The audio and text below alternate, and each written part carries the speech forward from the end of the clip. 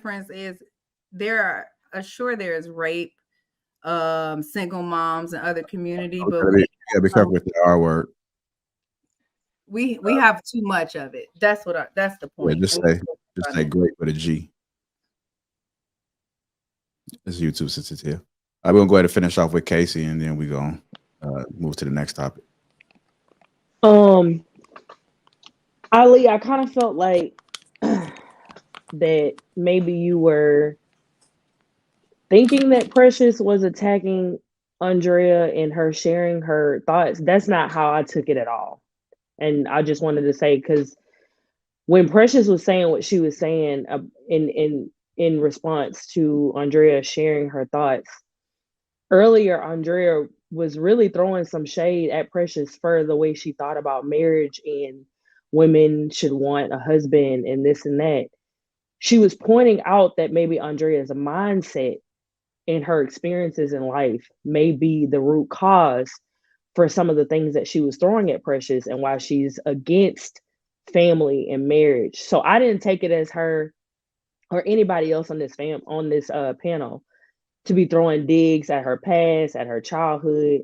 I would have to say, like, we all really try to, talk with what we bring up, right? And just keep it surface level with what we talk about and what we think about. But I didn't take it at all. And I know I can really say I don't think Precious meant it that way, and I didn't take it that way.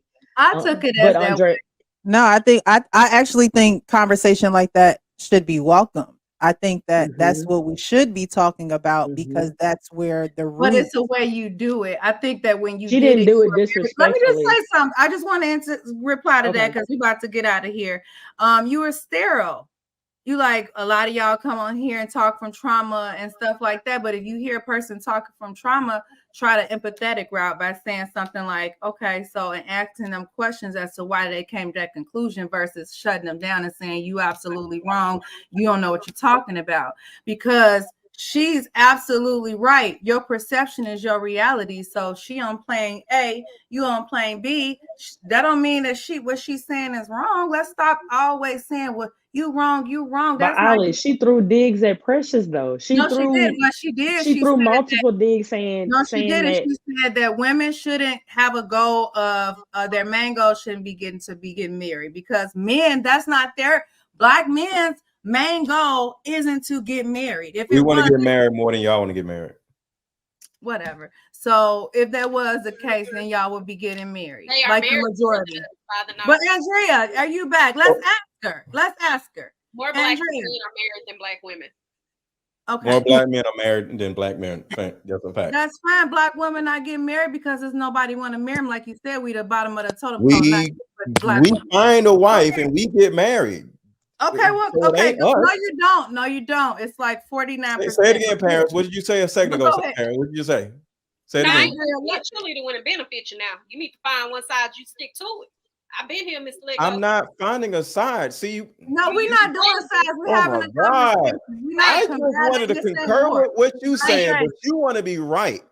What Paris just said is more Black men are married than Black women, which means y'all also marry outside your marriage, right? But go ahead, Andrea. What do you think that when she brought up your trick, like when I saw your face, she was like, "Yeah, you need to not be coming on the panel talking from a place of trauma," and maybe that's why.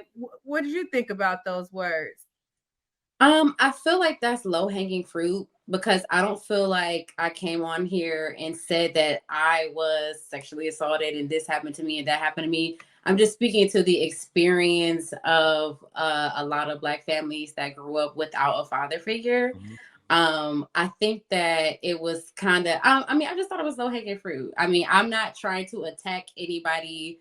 And I don't want to. So if I have come off like that, like, that's not my intentions. I just get frustrated around the idea that we just breed women to feel like their sole purpose is to get married and have kids, because I feel like we're doing them a disservice, because they come into this world with that in mind, like that's their only goal. And if they don't have it, then you have codependency where they're making decisions that they really don't want to do, but they want to keep somebody around, and they're trying to fix broken men. So they're not willing to let men go that are showing signs of red flags because they've been bred and conditioned that they have to stick by this man and help him. Like, I just feel like we're doing women a disservice. What I want, and I know people are saying, well, you're reaching a certain age, you should want to get married, you should want to have kids. I don't feel like that's the case. What I want for myself is I want to be happy. And if that happiness looks like being married with kids, then I'm not against that. But my purpose and my goal is to do what fulfills me and my happiness. And along that way, if I meet someone, which I probably will, if I meet someone with the same interest that I have, I feel like if I'm not searching for it, like it's like I have some type of a desperation for it, I will be better off because it will come organically and naturally, and not because society is pressuring me to get married and tether myself to someone I don't really like, don't really love, and now I'm popping out all these kids that are menaces to society. That's all that I'm saying. Andrea, I would actually challenge that though when it comes to Black women specifically, and I know that that's kind of the ideology, like the whole Snow White Rapunzel effect, right?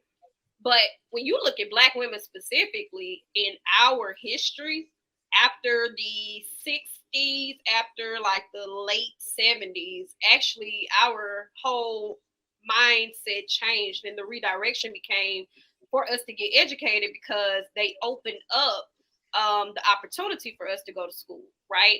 And when it came down to like the late 80s and the 90s, actually Bill Cosby, when, you know, they had a different world on, that was like the highest surgeon in history of Black people enrolling due to a different world. And then eventually more Black men were blacksmiths. More Black men were actually carpenters. They've always been more so hands-on as opposed to being in educational institutions. Black men have always done what we call and consider blue-collar work. We're like that now. Yeah, that's what I'm saying. Historically, it's always been this way, which is why I don't understand the connotation of saying like a Black man of value has to have an education in order for him to be considered to be like, that's not the point. Long story short, for Black women, our history was go get an education and then you can worry about the kids and the man later. Whereas the ideology is everybody loves to think that everybody got taught to get up and go get married. But if you look at the trends, it actually shows in our trends, even when it down to teen motherhood. Like they always have to think of if you have a baby, you can't go nowhere. It switched, which they got a lot of funds for college and they got a lot of funds and generated for single mothers. Like it's hard for single mothers to not go to school and have funds, especially minority single mothers. And it generated so much for Black women. Other minority of women were able to go into schools so they could continue their education, children or not. And if you look today, our population keeps declining because Black women are having children lesser and lesser. Black women are getting married lesser and lesser. So although we keep having this ideology of women are taught, I'm not saying that anything's wrong with your mindset. What I'm saying is I'm challenging the fact that doesn't exist for Black women. That's all I'm saying. Nothing's wrong with you saying, prioritize me first, let it come organically. Nothing's wrong with that. But the ideology is it don't exist for Black women to prioritize men first ever. And it hasn't existed for a very long time because late 70s up until now, the whole thing was go get your education. The man and the kids will come. And if you have the kids, they still ain't gonna stop you. You can still make it. And we see it in the numbers. We've declined in over 1.5% population, and we're having children lesser and lesser, and we're also getting married later and lesser. And Aundrea, I just want to say this as an observer. I don't see Precious going after you because you did say something and you were vulnerable, right? And I think the timing was off when she said what she said, because earlier, remember I brought up like, it's not good to be so dismissive. Well, I don't know about these people, you know. And I think because I commented to virtually every time you unmuted, you was about to say, I don't know why we always do this. And I literally said you did that 4 times, right? So it got to the point where it seemed like there was something there that you were hiding or dismissing. And sometimes when a person just tries to dismiss their own trauma, they try to just throw something over it and say, well, I don't know what y'all talking about. So I think what she said was just the wrong timing, because I seen the same thing, but I don't think she meant any malice by saying it. It was just the wrong timing because it was right after you said something vulnerable. So